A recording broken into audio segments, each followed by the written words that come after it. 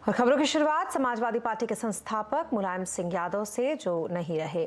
82 साल की उम्र में उनका गुरुग्राम के मेदांता में निधन हो गया। आज सुबह 8:16 पर उन्होंने अस्पताल में आखिरी सांस ली। यूपी में 3 दिन का राजकीय शोक घोषित कर दिया गया है। गृह मंत्री अमित शाह ने मेदांता अस्पताल पहुंचकर उनके अंतिम दर्शन किए। पीएम मोदी और राष्ट्रपति द्रौपदी मुर्मू ने भी मुलायम सिंह यादव के निधन पर शोक जताया। मुलायम सिंह यादव का पार्थिव शरीर सैफई ले जाया जा रहा है। उनका अंतिम संस्कार कल उनके पैतृक गांव में होगा।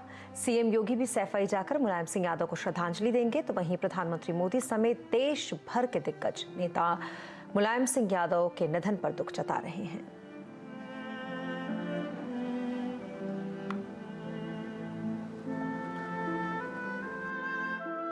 मुलायम सिंह यादव जी का निधन हो गया है।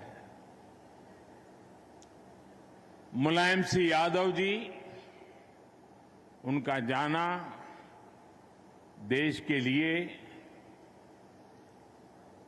एक बहुत बड़ी क्षति है। गुजरात की इस धरती से, मां नर्मदा के तट से उनको आदरपूर्वक भावभीनी श्रद्धांजलि देता हूं।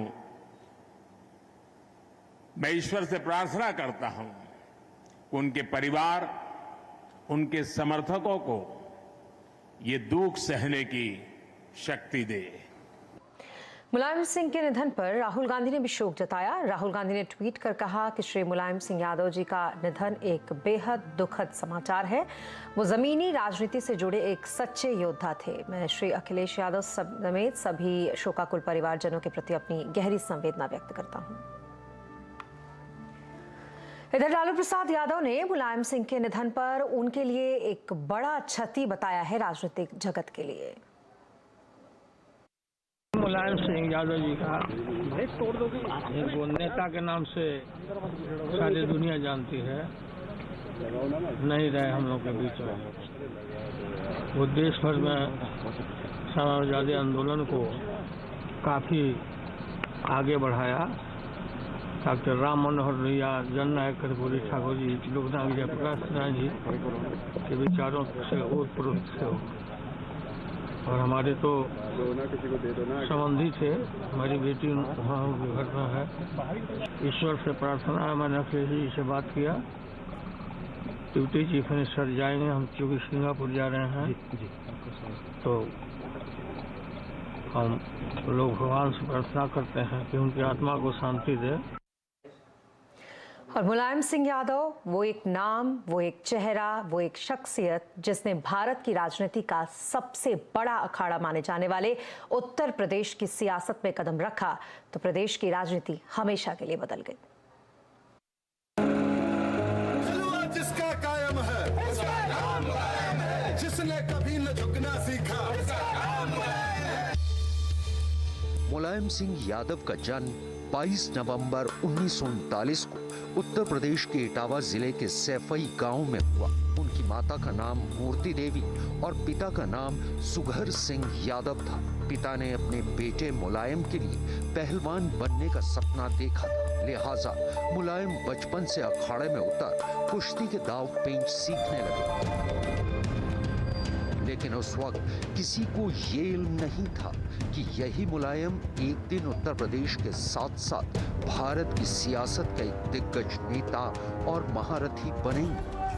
15 साल की उम्र में मुलायम इस आंदोलन से जुड़ गए। इसी दौरान उन्हें डॉक्टर राम मनोहर लोहिया और समाजवाद को नजदीक से जानने समझने का मौका मिला। बस यहीं से मुलायम के राजनीतिक सफर की शुरुआत भी हुई।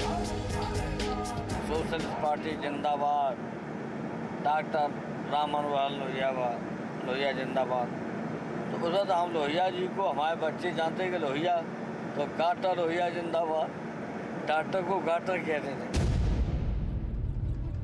गांव से स्कूली शिक्षा पूरी करने के बाद मुलायम सिंह ने इटावा के केके डिग्री कॉलेज में एडमिशन लिया और यहीं पहली बार छात्र संघ के अध्यक्ष चुने गए। इसके बाद आगरा यूनिवर्सिटी से पॉलिटिकल साइंस में एमए की पढ़ाई करने लगे। इस दौरान प्रज्ञा सोशलिस्ट पार्टी के बाद डॉक्टर लोहिया ने यूनाइटेड सोशलिस्ट पार्टी बनाई और मुलायम सिंह न सिर्फ उस पार्टी के सक्रिय सदस्य बने बल्कि वो इलाके के गरीबों और किसानों की आवाज भी बन गए। यानी पढ़ाई, पहलवानी और सियासत एक साथ चलने लगी। इसी दौरान जसवंत नगर में कुश्ती के एक दंगल में विधायक नत्थू सिंह की नजर मुलायम सिंह पर पड़ी। अखाड़े में मुलायम के दांव देखकर नत्थू उनके मुरीद हो गए और उन्होंने मुलायम सिंह यादव को अपना सियासी शागिर्द बना लिया। 2 साल बाद साल 1967 में उत्तर प्रदेश के विधानसभा चुनाव में जसवंत नगर से सोशलिस्ट पार्टी के टिकट पर पहली बार चुनावी मैदान में उतरे। डॉक्टर संजय लाठर ने अपनी किताब समाजवाद का सारथी अखिलेश यादव की जीवन गाथा में लिखा है कि तब मुलायम के पास प्रचार के लिए ना तो पैसे थे और ना ही संसाधन। ऐसे में उनके दोस्त दर्शन सिंह ने उनका साथ दिया। दर्शन सिंह साइकिल चलाते और मुलायम कैरियर पर पीछे बैठकर गांव-गांव प्रचार करते थे। मुलायम का मुकाबला कांग्रेस के दिग्गज नेता हेमवती नंदन बहुगुणा के शिष्य एडवोकेट लाखन सिंह से था, लेकिन मतदान के नतीजों ने सबको चौंका दिया। सियासत के अखाड़े की पहली पारी में मुलायम सिंह यादव सिर्फ 28 साल की उम्र में प्रदेश के सबसे कम उम्र विधायक बने और बस यहीं से उनके नेताजी बनने की कहानी भी शुरू हो गई। 12 नवंबर 1967 को डॉक्टर लोहिया के निधन के बाद सूबे की राजनीति में सोशलिस्ट पार्टी की पकड़ कमजोर पड़ने लगी।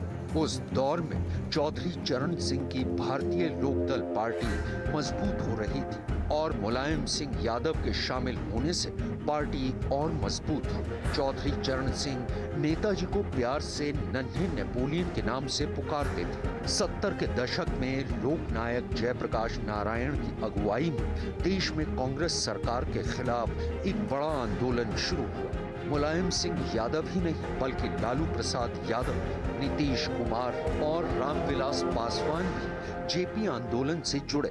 1975 में देश में इमरजेंसी लगी और उस दौरान मुलायम सिंह यादव को 9 महीने के लिए जेल भी जाना पड़ा था।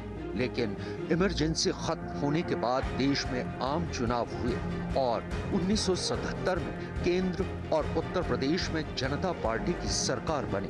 मुलायम सिंह राज्य सरकार में मंत्री बनाए गए। 80 के दशक में यूपी का सियासी चक्र एक बार फिर घूमा और चौधरी चरण सिंह के निधन के बाद राष्ट्रीय लोकदल पार्टी टूट गई। इस दौरान मुलायम सिंह यादव पहली बार उत्तर प्रदेश के मुख्यमंत्री भी बने।